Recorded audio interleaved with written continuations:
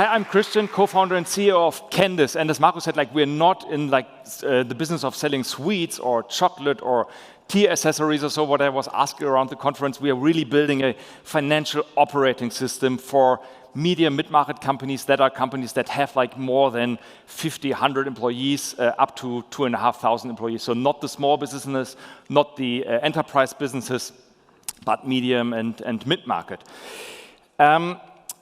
Like those companies, what you see here, right? It's actually from traffic, from construction, really traditional German industries. Right now, as I'm speaking here, we are in Germany only.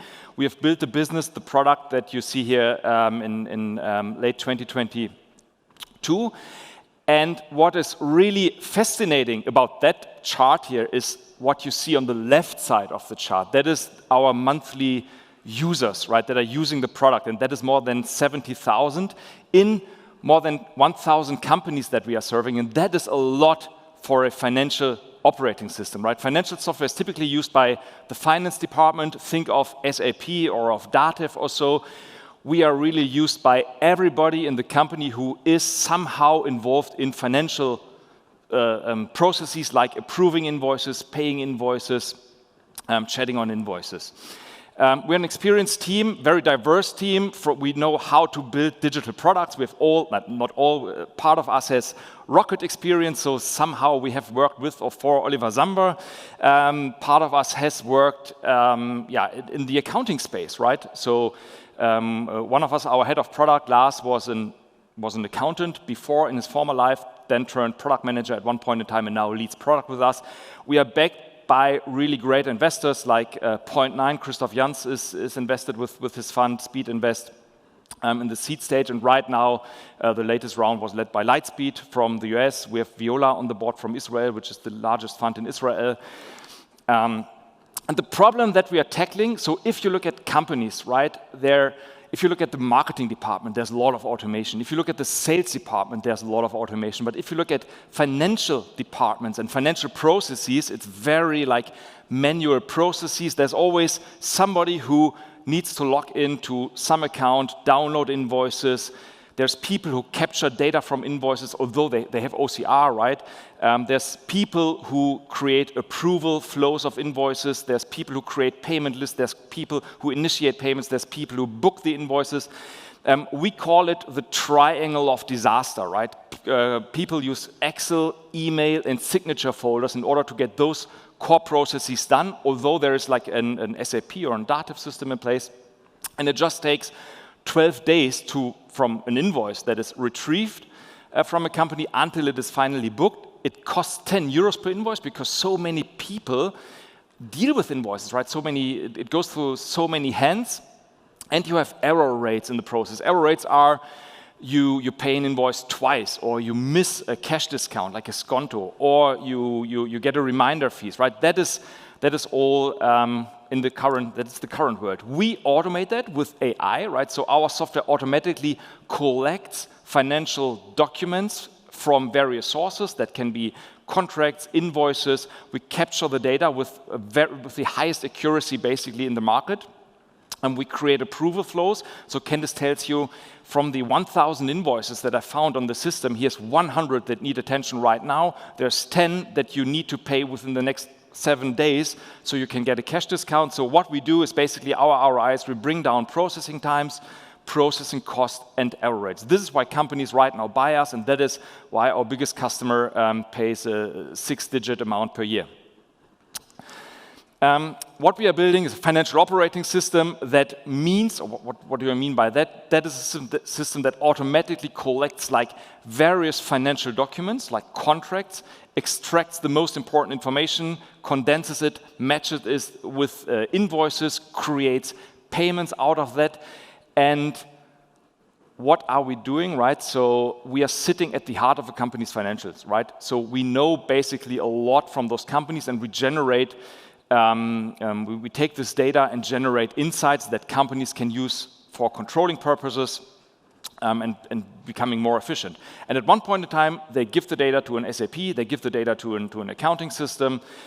Now let's a little bit go into detail. So how does it work in detail? So customers, they come for the invoice management, right? Customers have a huge problem in invoices, in dealing with invoices.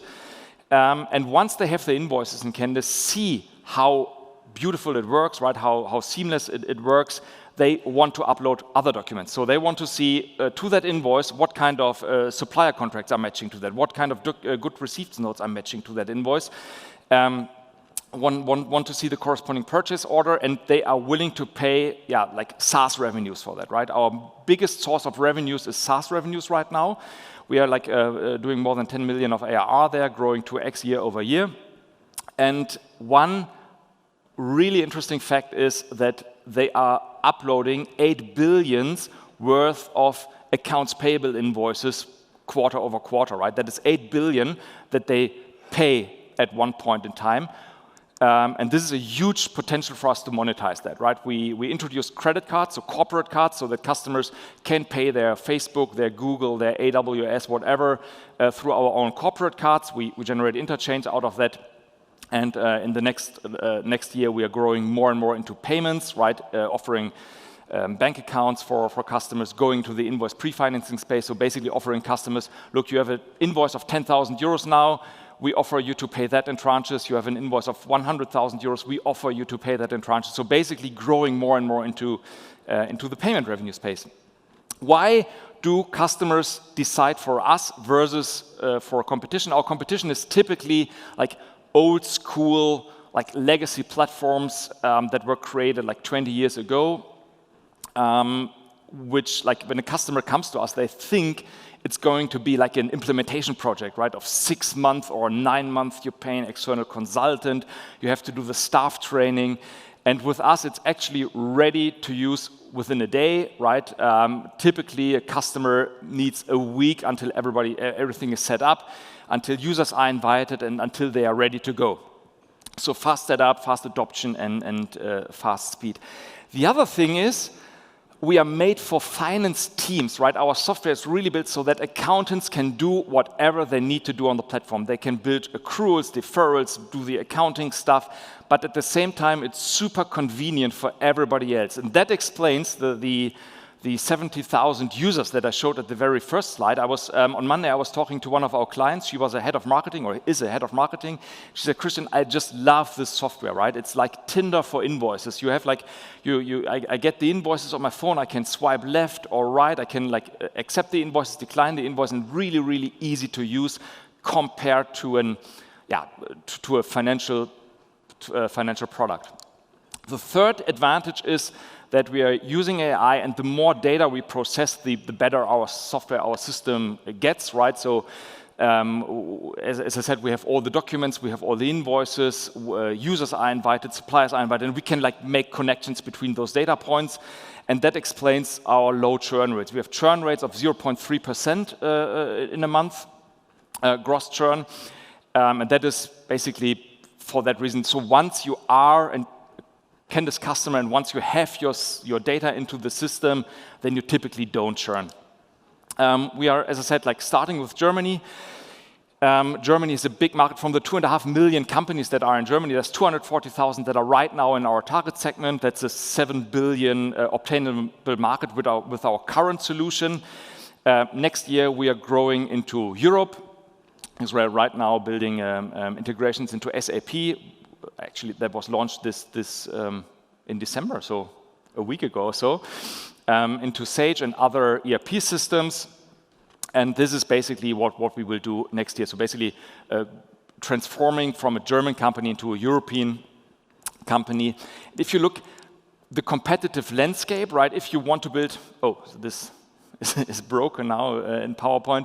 So there's 4 dimensions you can go. Either you go after tech companies and with a transaction-first approach, that is in the bottom left corner here, and a lot of companies have been created in that space over the last years, right? Expense management tools have been created there. We are not competing with them because we are chasing traditional companies, mid-market companies with a like financial documents first approach. So we are sitting on their core financial document management processes and then growing deeper into those processes.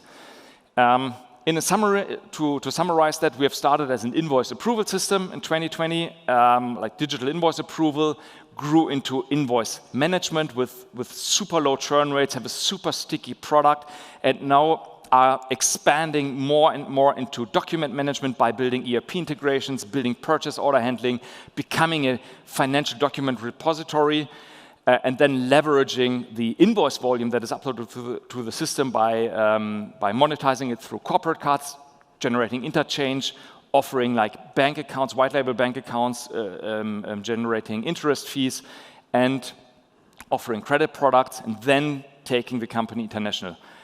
That's it for now. If you want to learn more, get in touch. I'm around the conference today. I'm available via email and phone, so don't hesitate to contact me. Thanks a lot.